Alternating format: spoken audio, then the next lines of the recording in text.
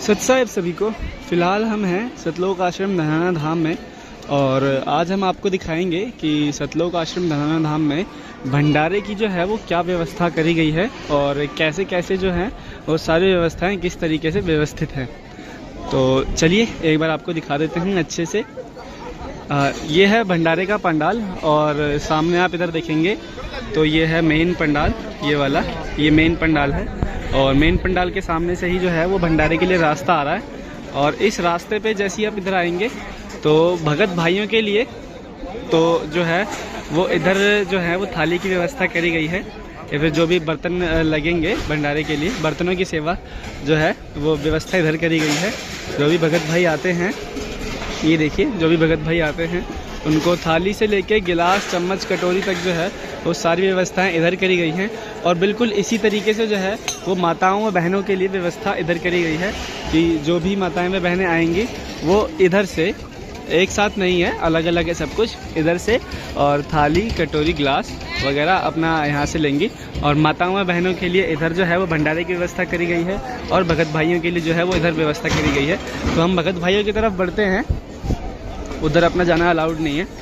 तो यहाँ आप देखेंगे कि यहाँ पर भी जो है वो अरेंजमेंट है और काफ़ी अच्छे से सुव्यवस्थित तरीके से यहाँ पर अरेंजमेंट कर रखा है।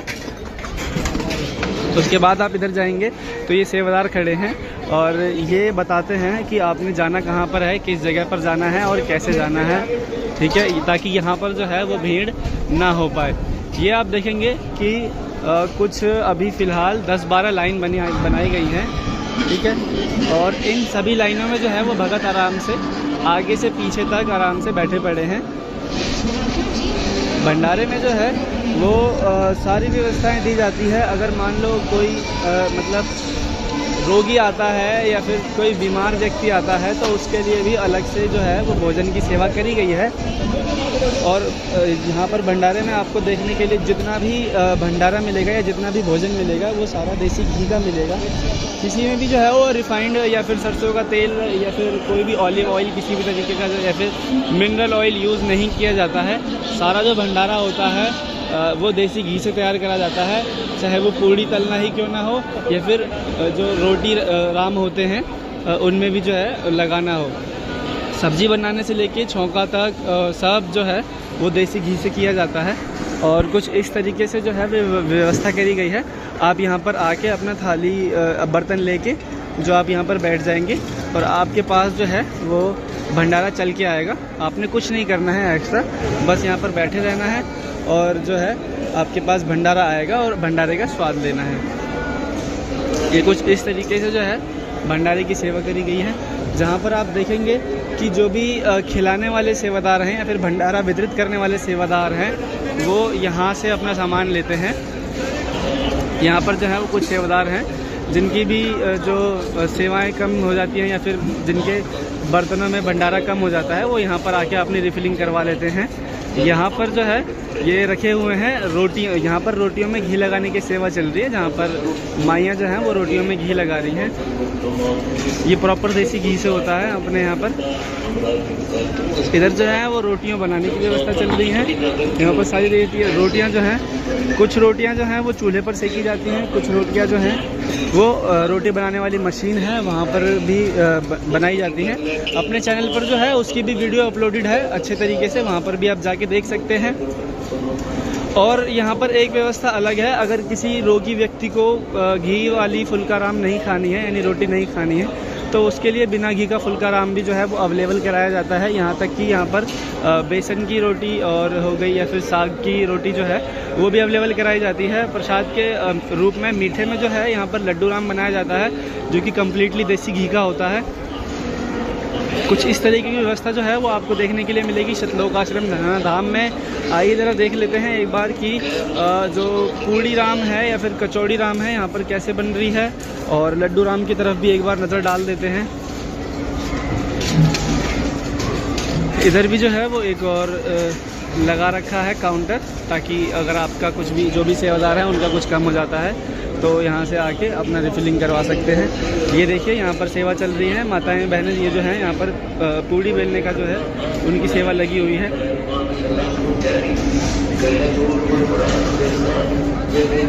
उसके अलावा साथ में जो है वो भगत भाई जितने भी हैं हमारे, वो लड्डू बनाने की सेवा कर रहे हैं।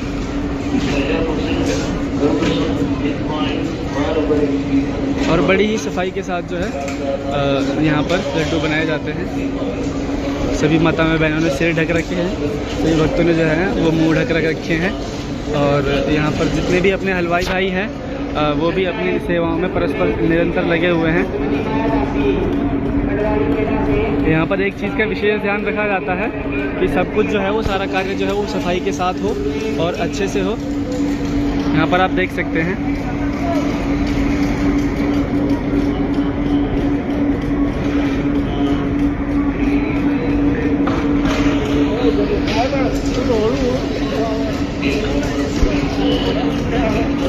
जब पूड़ियाँ निकल जाती हैं तो उनको गर्म रखने के लिए यहाँ पर पूरे प्रॉपर स्टोरेज बनाए गए हैं।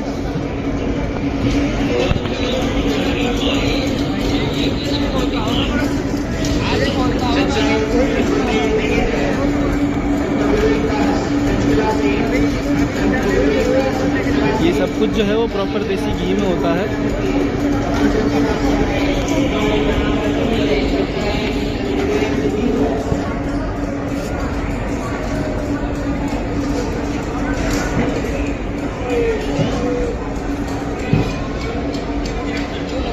और यहाँ पर भी जो है वो कंटिन्यूसली यहाँ के जो सेवादार हैं वो हमेशा की तरह 24 घंटे जो हैं वो सेवा करते हैं।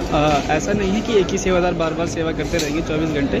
24 घंटे जो सेवा चलती है वो कुछ इस प्रकार से चलती है कि जो भी भगत जन हैं वो अपने टर्न वाइज सेवा करते हैं, 2 घंटे की, 3 घंटे की। जिस हिसाब से क्या होता है कि जो सेवा है वो अच्छे से सुचारू रूप से चलती है और भगत भाई थकते भी नहीं हैं। तो ये कुछ इस प्रकार से था हमारा सतलोक आश्रम धनाना धाम का भंडारे की व्यवस्था। यहाँ पर ये देखेंगे आप चावल राम की जो है।